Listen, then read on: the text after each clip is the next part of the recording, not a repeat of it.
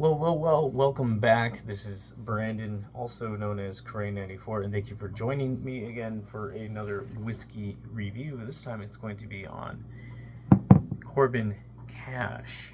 Now,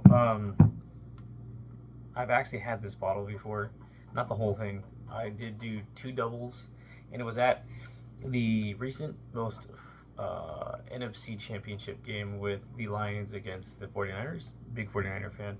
I went up to Atwater, California, to a bar that's called Jams, and so my father was there, my uncle, and a couple fans, and I was sitting down. I was like, man, I drove all this way from the Bay. What kind of whiskey do I want? And so I started looking. They had your basic, your Jack Daniels, and you had some Jim Beam there and all that, and I wasn't into it. And so I'd seen this bottle, and the way it's designed really caught my eye, and so I tried it, and probably the best damn whiskey I've had to date. So I'm going to be reviewing this today, and this is by Corbin Cash Distillery, and it's the Merced Rye whiskey, and it does have a description on the back. And I'll go ahead and I'm going to let you guys take a look at it, and then I'll go ahead and read what it's actually about.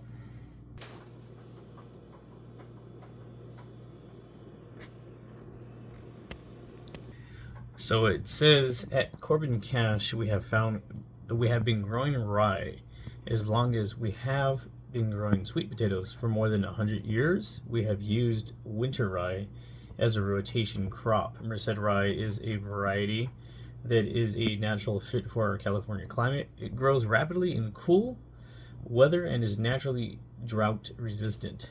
Because if you've ever been in Atwater, if you've been in the valley, it's pretty damn dry out there. Our sandy soils tend to leach nitrogen fertilizers. Merced Rye's extensive root system can naturally mine nitrogen from 13 feet and bring it back to the surface to be used in next year's crop. Not only is Merced Rye essential for our stable farming environment, it also makes a great whiskey. So, close up of the bottle, right? I already showed that in the beginning. It's handcrafted in California with 100 estate grown Merced Rye. And so on their website, I was looking for tasting notes or whatever to see what it smells like. They don't have anything like that. So everything that we're going to be doing today is going to be straight brand new. I've had this again. Great whiskey. Probably one of the best ones I've had. And that's not saying a lot because I haven't had a whole lot of whiskeys from bourbons and ryes and stuff. I'm still very beginner. But I'm going to give my honest review, and we'll go ahead and go. This is what it says from their website. Completely different than here. This is a single 750 milliliter bottle of American rye whiskey. Corbin Cash Merced Rye whiskey is made from ultra rare 100% California native Merced Rye mash bill. Sounds like a whole lot. The whiskey ages in our custom charred American white oak barrels for up to 6 years. On the back here, it's here, let me show you guys real quick. It's been aged for 5 years. But up to 6 years is when they can age it. With bold, robust bites, this rye whiskey is full of character. So we're going to go ahead and dive right in, and we'll see how that goes. Right? So I haven't opened it officially yet. Here, let me fix my phone. Sorry, guys. I need to get a tripod for this.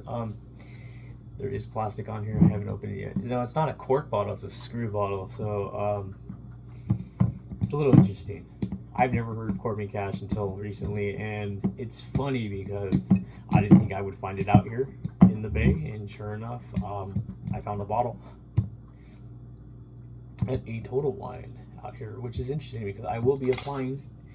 I did apply, and I had an interview with Total Wine today, and I'm getting the job. So it's going to be cool to be able to stock whiskeys, be around them, be able to sample them from here time to time to get to kind of know the character and whatnot. But without further ado, let's crack this puppy open. And I got my Glencairn. I said it right this time. I struggled all last video to say it. So let's get right into this and see what it's all about, eh? that sucker on there tight. And you guys can see it's just a cap. It's nothing special to it. It's no cork, right? It would have been cool if it was a cork, but you know, it is what it is. Let's go ahead and let's fill this puppy up.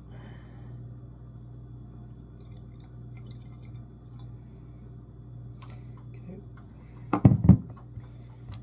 Go ahead and close this off, and then we will set this off on the side here. Just like that. Just right out of view. So go ahead and go like this, in on to the smell, the aroma. Oh man, okay.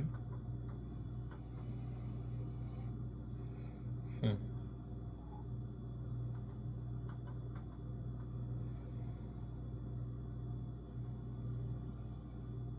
getting a lot of black licorice from it. If you guys have ever had black licorice, it's kind of what it smells like almost. It's very, very, you know, subtle notes of caramel in there.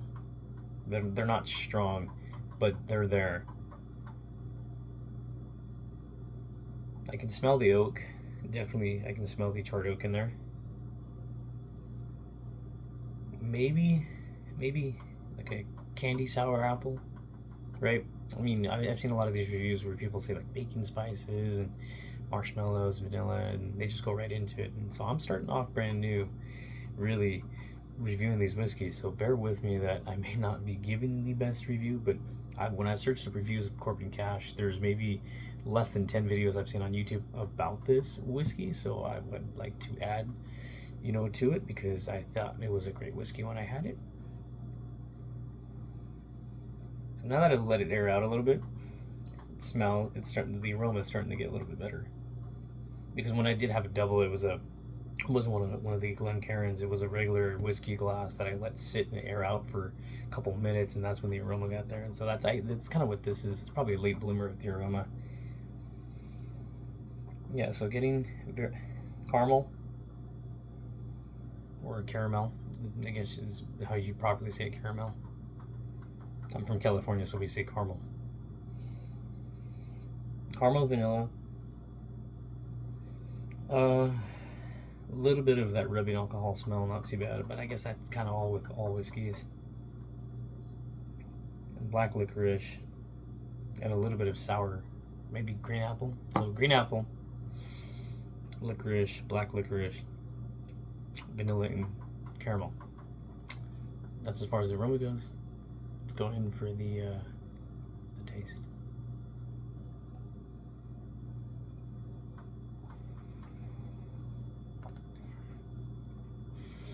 Okay, so right away, I just got hit with an explosion of flavors. The beginning of the palate, big explosion. The mid palate, it starts to kind of all blend in, and the finish. It doesn't say the proof on here. It's 90 proof, the 45%. So you do get a little bit of that burn with like a 90 proof, and it tastes like a 90 proof. It probably tastes closer to a little bit to like 100 proof maybe. But again, you know, I'm starting off. It is a lot hotter than that tin cup whiskey that I tried last time, and it does taste a little bit. The finish, it leaves because I feel it right now, it leaves a nice burn. All right, it's not too bad. It's very pleasant. Let's go in again.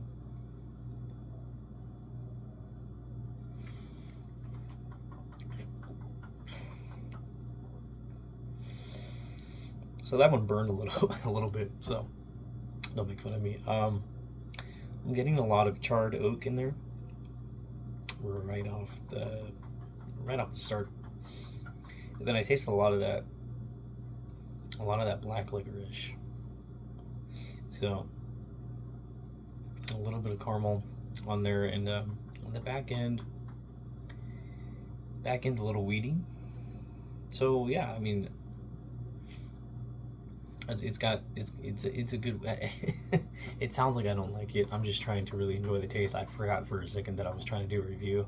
And again, this is, I'm trying to get my mojo of reviewing and staying consistent with things. I'm over here trying to enjoy this, and I'm forgetting that I have a video that I have to do. So we're just gonna wing it, go with this. This is a single take. There's no edits here.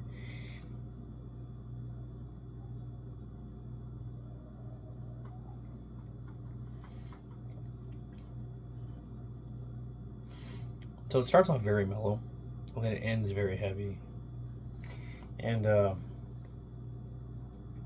getting the flavors for this I'm getting are charred oak, caramel, black licorice.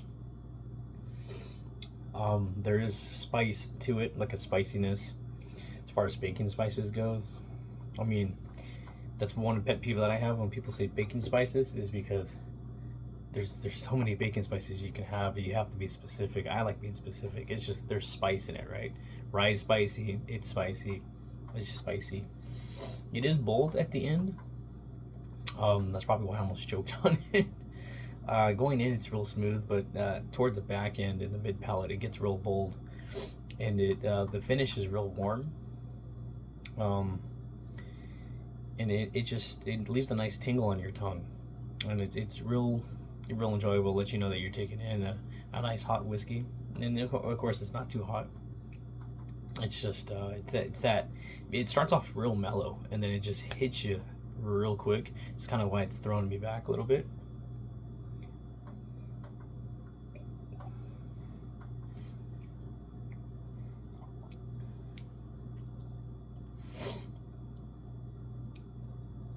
Yeah, so I'm getting charred oak, caramel, black licorice, hints of vanilla, plenty of spice in there.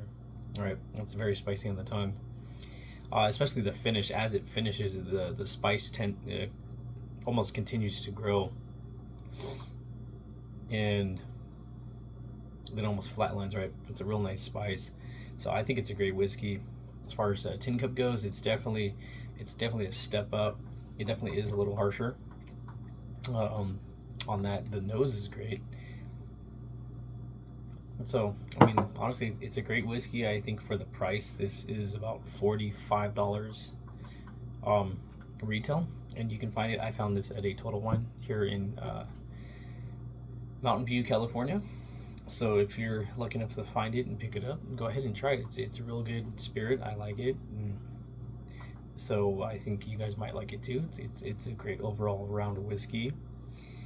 It's 90 proof. So, and again, $45 is not bad for how this whiskey tastes. Is it the best whiskey I've had?